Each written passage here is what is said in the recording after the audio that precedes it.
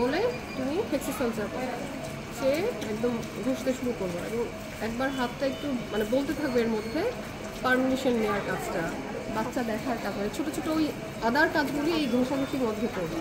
মানে হাত ঘষলা, সেকেন্ড হচ্ছে তোমার কাছে থাকবে অ্যাটলিস্ট স্টেথো, একটা মেজারিং টেপ, আর হচ্ছে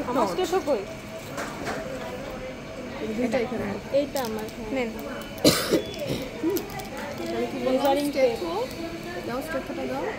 তুমি বললা তো ওইটা বলে হাত ধুয়ে ফেললাম, এটা নিয়ে তুমি বাচ্চাকে হয় বাচ্চা দেখার কাজ করবে না, মেজারিং টেপ আরেকটা কিছু তিনটা নিয়ে তুমি এর মধ্যে মা আসসালামু আলাইকুম, আমি আপনার বাবুর ডাক্তার, আপনার বাবুকে আমি একটু পরীক্ষা করবো, তো বাবুর কোনো অসুবিধা হয় ঠিক আছে মা বলে চলে আসবে।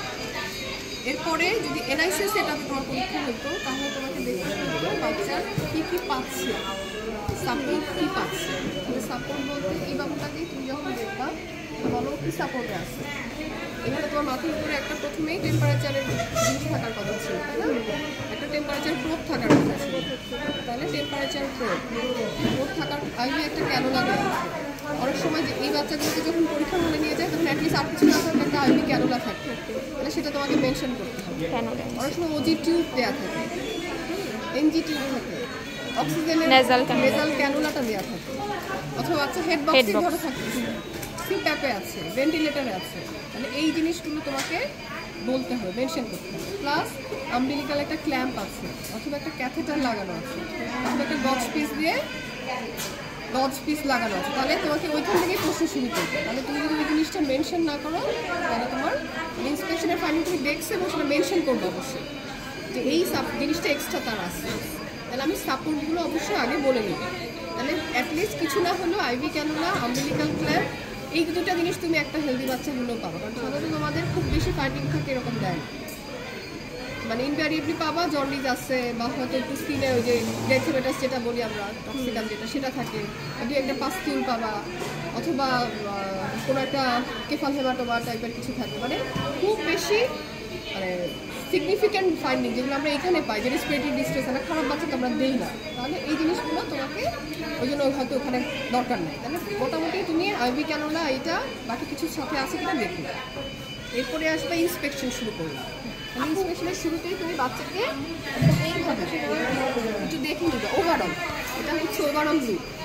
ওভারঅল লুকের মধ্যে তুমি কী কী পয়েন্ট দেখবা, এক নম্বর হচ্ছে ওর পোস্টারটা দেখবে, দেখো ওকে দেখে কি মনে হচ্ছে যে ও একটা ফ্লেক্স পজিশনে আছে, আচ্ছা ওকে একটু অক্সিজেন লাগায় রাখো, কিন্তু ডিস্ট্রেস হচ্ছে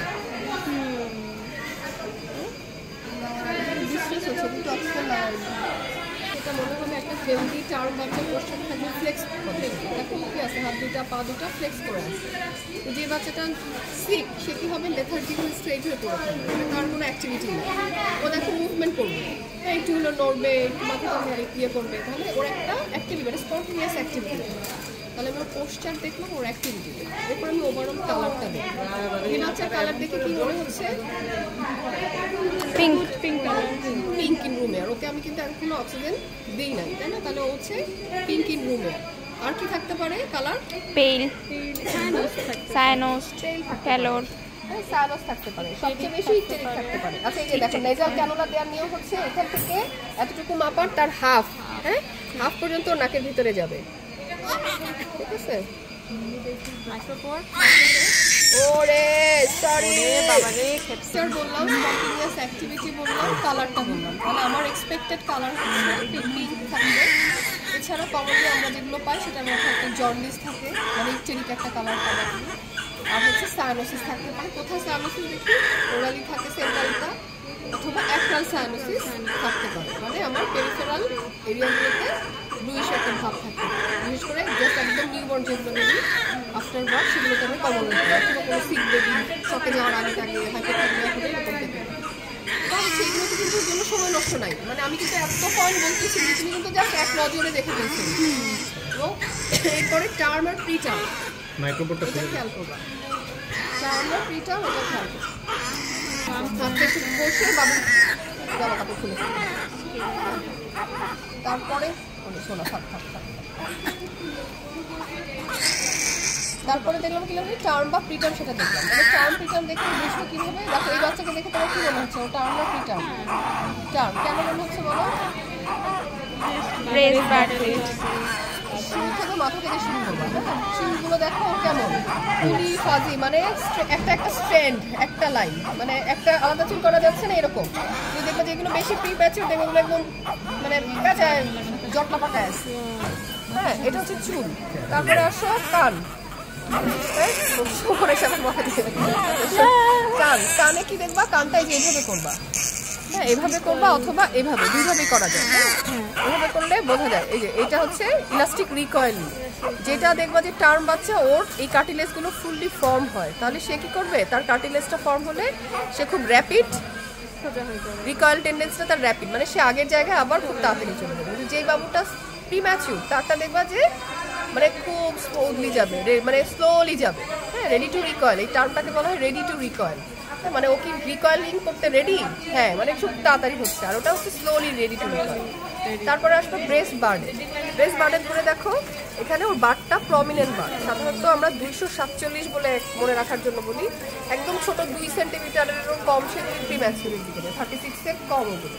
এরপরে টার্মের দিকে যত যাবা এগুলো 3, 4, 5 সেন্টিমিটারের কাছে চলে আসবে। তাহলে তুমি যখন এরকম একটা ব্রেস বার্ড হাতে ধরে পালপেট করবা, এভাবে পালপেট করবা, হ্যাঁ, বা ফিঙ্গার দিয়ে পালপেট করবা, যে হ্যাঁ, এবং ধরবা এইভাবে, মানে এইভাবে ধরলা প্লাস পালপেট করবা। তাহলে যখন বুঝবা যে বার্ড আছে সেটা টার্ম বাড়ছে। এরপরে জেনিটালিয়াতে ধরবা, জেনিটালিয়াতে দেখে কি বোঝা, মানে তোমার তো এক্সপোজ করা, শুরুতেই তো এক্সপোজ করা। জেনিটালিয়া ওর দেখবা হচ্ছে যে স্ক্রোটাল রুগোসিটি, হ্যাঁ, সেটা যদি ভালো প্রমিনেন্ট থাকে তাহলে টার্মের দিকে। যেটা দেখবা যে একদম পিঙ্কিশ, খুব হালকা স্ক্রোটাল রুগোসিটিটা খুব হালকা হালকা বা কিছু বোঝা যায়, সেগুলো প্রিম্যাচিউর। এরপরে আসবে সোলে। সোলে দেখে দেখবো যে অ্যান্টেরিয়র 2/3 যেখানে ইয়ে করা মার্ক আছে, ফ্রিজ মার্ক, সেটা হচ্ছে গিয়ে মানে প্রিম্যাচিউর। আর ওটা দেখো ফুল পুরাটাতে আছে, তাই না? তাহলে ওটা আর বাচ্চা, মানে তোমার ওই লুকের মধ্যে মানে তুমি একটা তো খুঁজতে যাবা না, জাস্ট ওভারঅল একটা ভিউ দিবা যে আমি ওকে দেখে দিচ্ছি একটা টার্ম বাচ্চা, কালারটা ভালো আছে। কিন্তু আমি ইন্সপেকশনের মধ্যে কি ব্রেস বার্ড